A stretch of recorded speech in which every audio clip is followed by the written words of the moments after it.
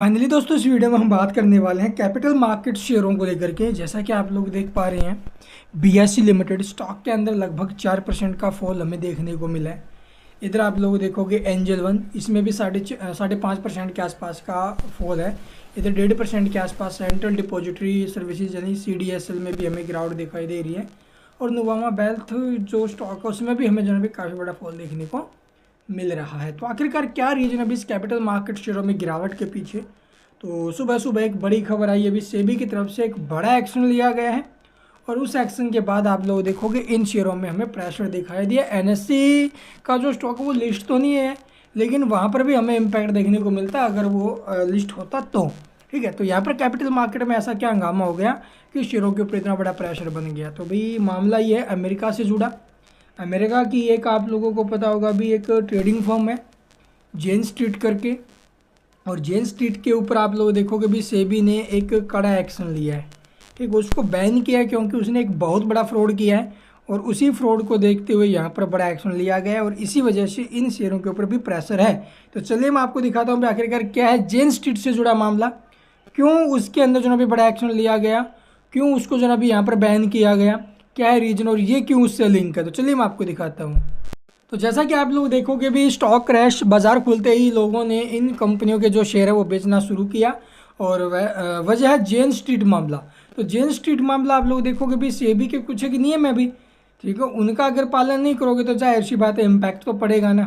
ठीक है, उसका सेबी तो एक्शन लेगी। तो शेयर बाजार शुक्रवार को जोरदार हलचल देखी गई है जब सेबी ने अमेरिकी ट्रेडिंग फर्म जेन स्ट्रीट ग्रुप पर रोक लगाने का आदेश जारी किया। इस कार्रवाई के बाद नुवामा वेल्थ हो गया और इसके अलावा आप लोग देखो तेज़ी के साथ गिरते हुए नजर आए हैं जेन स्ट्रीट का जो घरेलू ट्रेडिंग पार्टनर है। ठीक है, इसके अलावा आप लोग ये जो वेल्थ में नुवामा वेल्थ मैनेजमेंट है ना भी, ये इसका आप लोग ट्रेडिंग पार्टनर है। सुबह 10 बजे तक नुवामा के शेयरों में 6.6% तक की गिरावट आई है। ठीक है, इसके अलावा जो अदर कैपिटल मार्केट्स है वहाँ पर भी प्रेशर है। तो सेबी ने जेन स्ट्रीट ग्रुप की सभी संस्थाओं को भारतीय शेयर बाजार में किसी भी तरह के सौदे करने से रोक दिया है। इसके अलावा 4,843 करोड़ यानी लगभग $570 मिलियन की जो अवैध कमाई को जब्त करने का भी निर्देश दिया गया और अब तक का सबसे बड़ा ऑर्डर है अभी ये सेबी का सबसे बड़ा ऑर्डर। ये भी इतना बड़ा 4,843 करोड़ थोड़ा नहीं होता है भाई। ठीक है, सेबी के अनुसार जेन स्ट्रीट ने इंडेक्स डेरिवेटिव्स में बड़े पैमाने पर ट्रेडिंग कर बाजार को प्रभावित करने की कोशिश की और उससे जिससे उसे भारी मुनाफा हुआ है। तो ये करता क्या है अभी, मेन इसका क्या है काम, देखो भी ट्रेडिंग करना फ्यूचर्स में, ऑप्शंस में। ठीक है, इनका मेन वो काम है, लेकिन ये करता किस प्रकार से आप लोग देखोगे भी गड़बड़ियाँ। देखो सबसे पहले आप लोग समझो भी फ्यूचर एंड ऑप्शंस में आप लोगों को पता होगा जब स्टॉक चलते हैं ना फ्यूचर एंड ऑप्शंस में, उससे डबल कमाई होती है। ठीक है, अगर कोई स्टॉक, ठीक है, कैश में अगर कोई स्टॉक 5% 10% चल रहा है और उसका आप लोग फ्यूचर डेरिवेटिव फ्यूचर्स और आप लोग ऑप्शंस देखोगे तो वहाँ पर बहुत बड़ा एक्शन होता है एट द मनी। ठीक है, या फिर आप लोग देखोगे आउट द मनी, ये कॉल लेकर पहले बैठ जाते थे। ठीक है, वो कुछ भी स्टॉक के अंदर है या फिर ये जो इंडेक्स है उसके अंदर, फिर आप लोग देखोगे ये उन शेयरों को टारगेट करते जिससे या फिर इंडेक्स के ऊपर इम्पैक्ट आए या फिर पर्टिकुलर स्टॉक के अंदर ऑप्शन ट्रेडिंग वगैरह करते और उस स्टॉक को मैनिपुलेट करते। उस स्टॉक में आप लोग देखोगे भी अपना अच्छा खासा पैसा डालते, डेरिवेटिव कैश में अगर पैसा डाल रहे हैं, ठीक, उससे क्या होता है आप लोग देखोगे भी स्टॉक का प्राइस एक बार से अप होगा। ठीक है, 5% 4% 2% जो भी है, लेकिन उसका ऑप्शन है ना वही वो आप लोग देखोगे ज़बरदस्त तरीके से जाता है ऊपर। ठीक है, फ्यूचर ज़बरदस्त तरीके से ऊपर जाता है। तो ये वहाँ पर ट्रेडिंग पहले अपनी जो भी कॉल वगैरह लेके बैठ जाते थे और यहाँ पर स्टॉक को पंप करते थे, जिससे आप लोग देखोगे इसके ऑप्शंस में बड़ा एक्शन आता और उस के चलते जो ना भी इसने बहुत मुनाफा कमाया।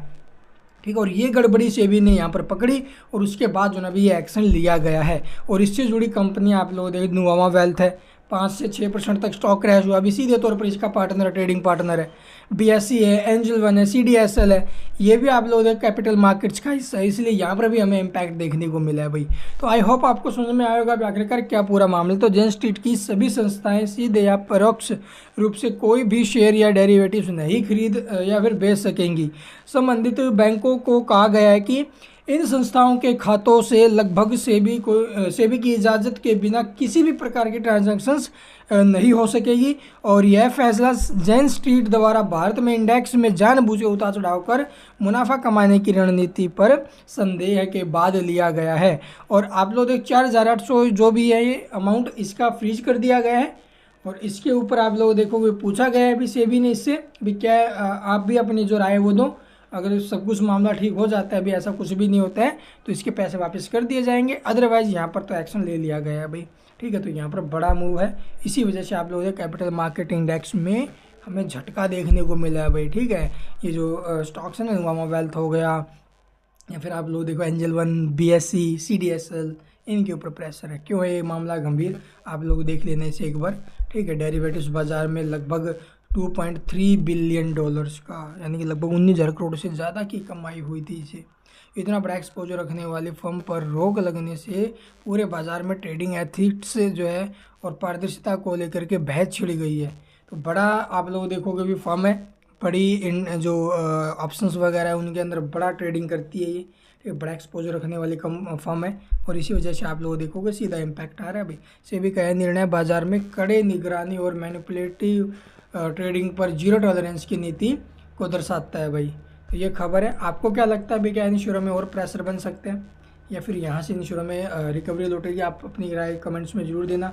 लेकिन मैं आपको बता देता हूँ भाई, BSE, एंजल वन और ये जो नुवामा वेल्थ है, लॉन्ग टर्म वाले बाजी है। आप लोग अगर इन्वेस्ट कर रहे हो, लॉन्ग टर्म वाले भाई हो, तो बिल्कुल नहीं डरना भाई।